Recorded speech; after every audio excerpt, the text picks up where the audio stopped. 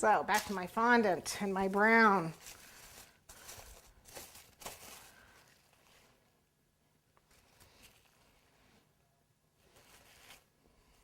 Okay. Much easier if you have the chocolate rocks. Okay.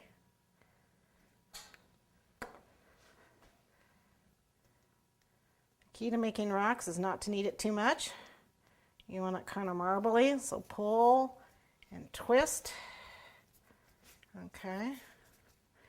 And I think I might want a little bit of yellow in there.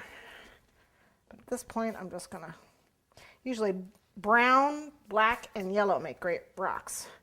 But mine are gonna kind of be brownish because they gotta match my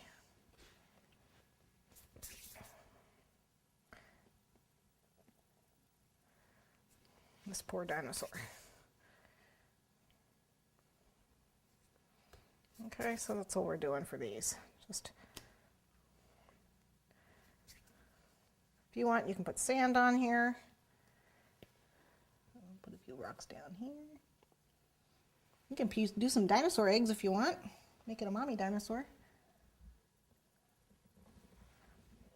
Okay. Yeah, I'll do this leaf thing in the middle here.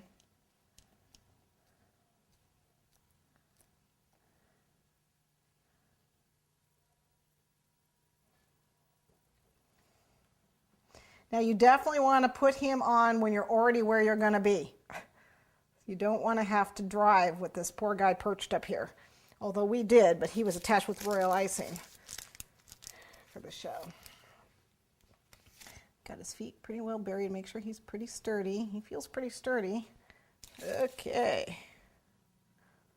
And I have to tell you that I did roll his head pieces thinner than I rolled his body pieces just because I wanted it lighter in weight.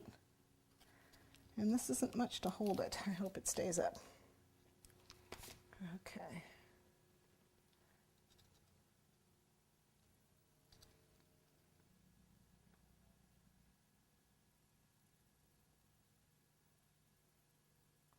I can't tell if it's moving or not. Can you tell? I'm just using some royal icing to reinforce the head where the neck meets the body. So we'll reinforce that with the royal. And there you have your dinosaur cake.